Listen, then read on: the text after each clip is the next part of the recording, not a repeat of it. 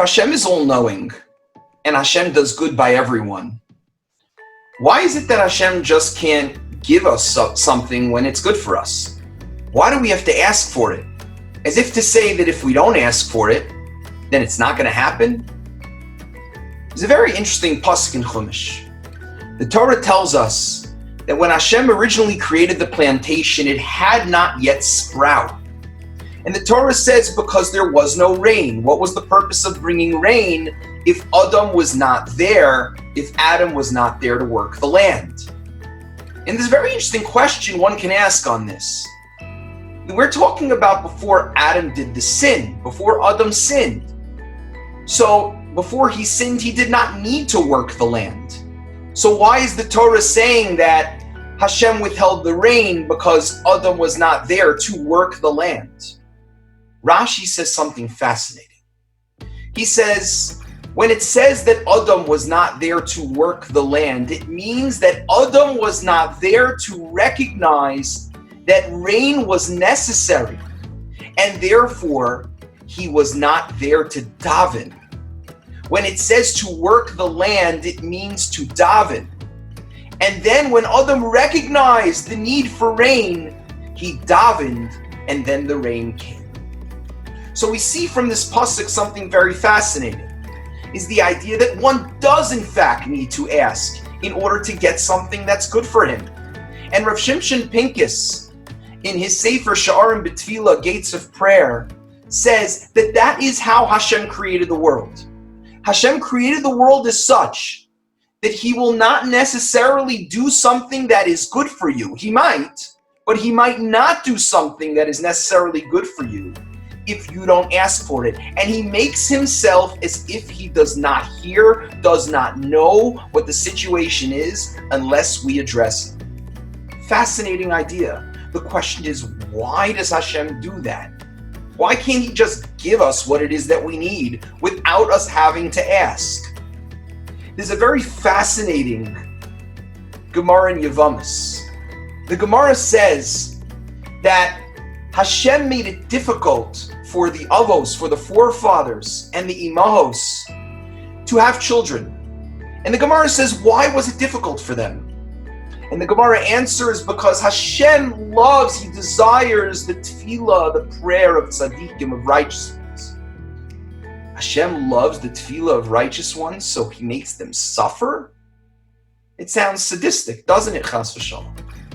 Rav Shimshon Pincus says something fascinating on this as well. And he says, we know that Avram Avinu was certainly great, but if one wants to ascend levels of greatness, he needs to be tested, he needs to be pushed. And even though Avram certainly prayed to Hashem, and he could have prayed to Hashem from good times and happiness, the natural connection that one feels that he needs to make with God when he feels pressure, when things are difficult, is a whole different level. And therefore, in order for Avraham to become who he was supposed to become, in order for the Avos and the Imos to become the people they needed to become, Hashem needed to put them through difficulty so that they would reach out to him and achieve that greatness. What we see something is very, very fascinating from all these ideas. And that is that Hashem will intentionally withhold things from us that could very well be good for us, despite the fact that it makes life difficult, because Hashem wants us to be close to him, and he will not give us that thing until we ask for it. What we see from this is a very, very fascinating idea. You know, most people, when they look at davening, they see davening as a means to an end. When I ask Hashem, tefillah is the means, but what is the end? The stuff. So that I can get the stuff. And if I don't get the stuff, one could ask, then why is it that I daven? That's why so many people ask, you know, I daven for this person to get better, I daven for this, I daven for that, and it didn't happen. So like, where did that tefillah go? Oh, it went to something else in the future. No. You got the whole idea wrong. Tefillah is not the means. The stuff that we want is the means that pushes us. Because if we wouldn't have needs, if we wouldn't have struggling, We'd have no reason to reach out to Hashem in the way that we could if we needed. Stuff is the means. Tefillah is the ends. Because what's the purpose of our life? The whole purpose of our life is to attach to Him. Hashem is helping us experience deveikus and attachment, which is everything that the next world is supposed to be. Attachment to Hashem. So HaKadosh Baruch Hu assists us by giving us challenges, by withholding things from us. So we should use that as an impetus to reach out to Him in Tefillah. And once we do, once we reach that level that we're supposed to reach, then there's no reason for HaKadosh Baruch Hu to withhold those things. So Tefillah really works in two regards. Number one, it does get the stuff when it's good for us.